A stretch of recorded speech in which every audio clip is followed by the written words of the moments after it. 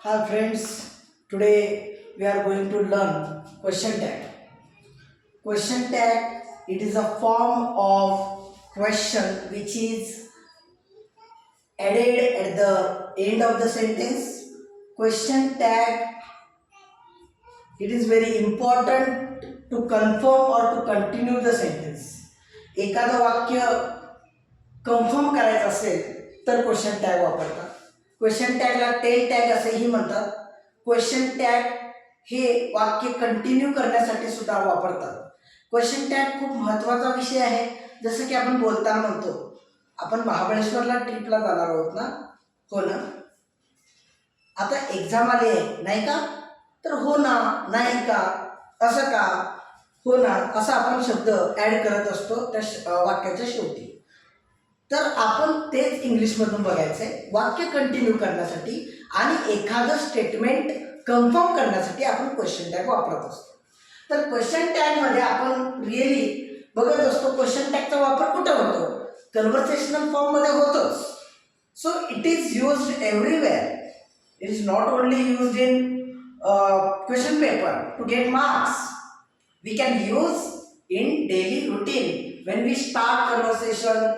We to agree with someone's statements, we ask affirmation, we ask confirmation, so we use question tag. Question tag, it is very important to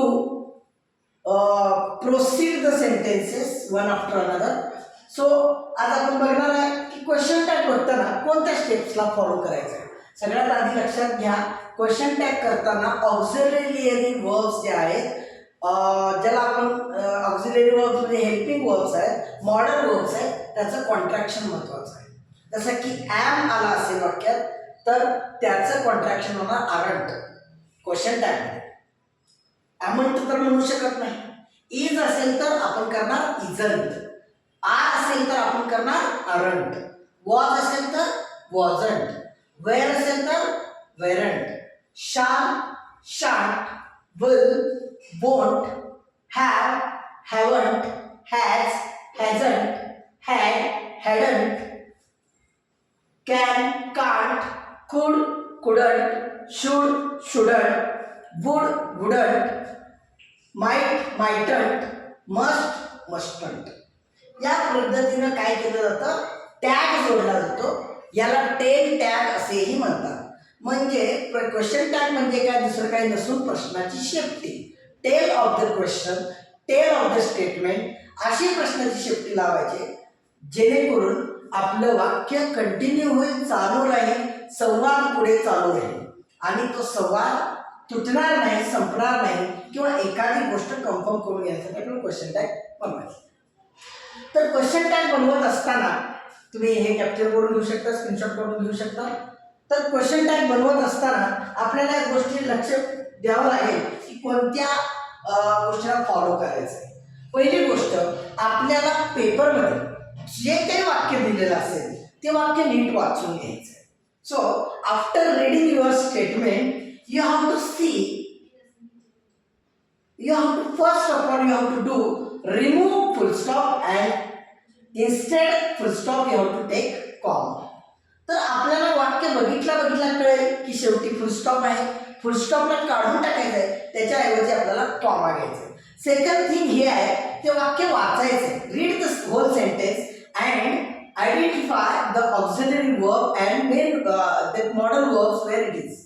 त्या वाक्यामध्ये common नंतर काय करायचंय, त्या वाक्यामध्ये auxiliary verb असेल त्याच्यामध्ये to be, am is are, was were, shall will, to have has had, to do do does did, can could should would may might must, कोणतं तरी ऑक्झिलरी वर्ब असेल त्या ऑक्झिलरी वर्बला स्पॉट करायचं आहे आणि त्या कॉमा नंतर लिहून टाकायचं आहे.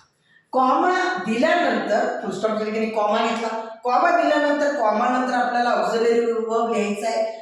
वर्ब लिहिल्यानंतर समजा कधी कधी असं होतं, consider it, sometimes there you cannot spot the auxiliary verb, modal verb, that time the question will arise in your mind. जेव्हा त्या वाक्यामध्ये auxiliary verb, main verb, modal verb दिसणार नाही, तुमच्या मनात सहजचा प्रश्न निर्माण होईल की आता काय करायचं. काळजी करू नका. तर आपल्या जेव्हा वाक्यात ऑक्झिलरी वर्ब मॉडल वर्ब नसतं तेव्हा आपण त्या वाक्यामध्ये मेन वर्ब V1 आणि V2 आहे का बघायचं. जर त्या वाक्यामध्ये V1 असेल तर डू आणि डज यामध्ये जे ॲप्रोप्रिएट आहे, म्हणजे जर प्लेन जर वर्ब असेल तर डू वापरायचं. त्या वर्बला एस आय एस प्रत्यय लागला असेल, सफिक्स लागला असेल, त्याला आपण डज वापरायचं. आणि जर मेन वर्ब V2 असेल, भूतकाळातला असेल, तर आपल्याला did हे ऑक्झिलरी वर्ब वापरू शकतो. पण डू डज डिड हे कधी वापरू शकतो? V1 आणि V2 मेन वर्ब आला असेल तर त्या वाक्यात जर ऑक्झिलरी वर्ब नसेल, हेल्पिंग वर्ब नसेल, मॉडल वर्ब नसेल, तर आपण ते डू डज डिड वापरू शकतो.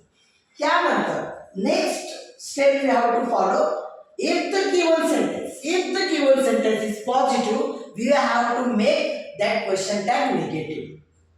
अफर्मेटिव्हचं निगेटिव्ह करायचं, निगेटिव्हचं अफर्मेटिव्ह करायचं, पॉझिटिव्हचं निगेटिव्ह, निगेटिव्हचं पॉझिटिव्ह, सकारात्मकचा नकारात्मक आणि नकारात्मकचं सकारात्मक आपला क्वेश्चन टॅग असला पाहिजे. वाक्य जर सकारात्मक असेल त्याचा क्वेश्चन टॅग नकारात्मक, वाक्य नकारात्मक असेल त्याचा क्वेश्चन टॅग सकारात्मक असेल. त्यामुळे ह्या गोष्टी लक्षात ठेवायला पाहिजे. आपण ऑक्झिलरी वर्ब आणि मेन वर्ब हे बघितल्यानंतर आपण बघायचं, जर वाक्यात ॲम असेल आरंट करा, इज असेल इजंट घ्या, आर असेल आरंट करा, वॉज असेल वॉजंट घ्या, मी सांगितलेलंच आहे. जर त्याच्यामध्ये नसेल डू, डोंट, डझंट आणि डिडंट घ्या. जर वाक्य अफर्मेटिव्ह असेल तर. वाक्य जर निगेटिव्ह असेल तर नॉट घेण्याची गरज नाही, कॉन्ट्रॅक्शन घेण्याची गरज नाही, सरळ आपण डायरेक्टली सब्जेक्ट चूज करू शकतो. त्यानंतर त्याच्या पुढचं स्टेप म्हणजे सब्जेक्ट निवडायचं. आता आपण काय केलं, पहिली गोष्ट वाक्य आहे तसं लिहून घ्यायचं. लिहून घेतल्यानंतर फुलस्टॉपच्या ठिकाणी कॉमा घ्यायचा. कॉमा नंतर आपल्याला काय करायचं, ऑक्झिलरी वर्ब घ्यायचा आहे, म्हणजे helping verb have are was were shall will have had can could should would may might must घ्यायचे. जर त्या वाक्यात ऑक्झिलरी वर्ब आणि मॉडल वर्ब नसतील तर मेन वर्बकडे बघायचंय. मेन वर्ब V1 असेल तर डू आणि डज घ्यायचंय आणि V2 असेल तर डिड घ्यायचंय. त्यानंतर काय करायचंय, वाक्य पॉझिटिव्ह आहे का निगेटिव्ह बघायचंय. वाक्य पॉझिटिव्ह असेल तर त्याचं हे निगेटिव्ह करायचं आणि निगेटिव्ह असेल तर काही करण्याची गरज नाही, सरळ सब्जेक्ट निवडायचं. मग जर वाक्याची सुरुवात I, we, you, he, she, it, they न होत असेल तर तेव्हा ते I, we, you, he, she, it, they as a subject आहे तसं लिहून टाकायचं.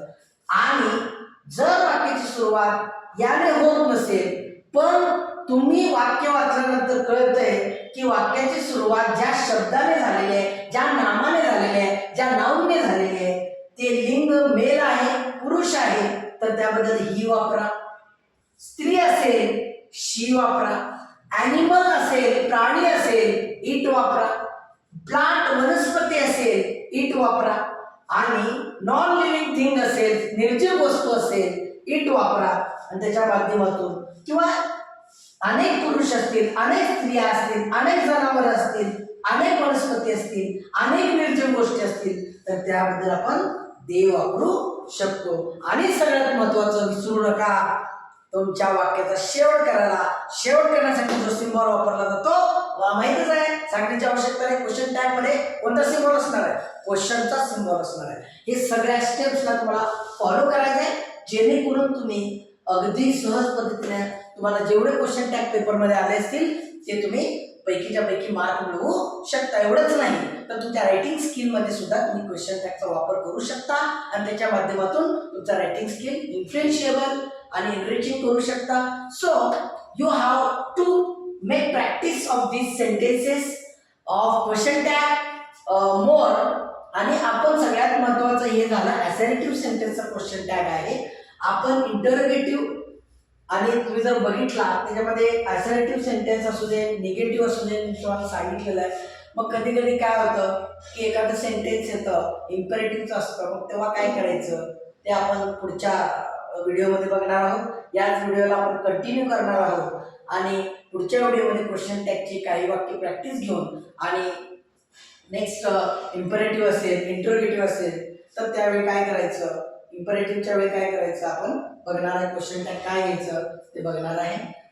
So if you like my video you have to like, subscribe and share, press the icon, press the button then my videos will continuously reach to you, and it will be very helpful to you, because I am making number of videos in the days. So आज आपण या व्हिडिओला complete करणार आहोत. उद्या आपण question टॅगचे वाक्याची practice घेणार आहोत. धन्यवाद.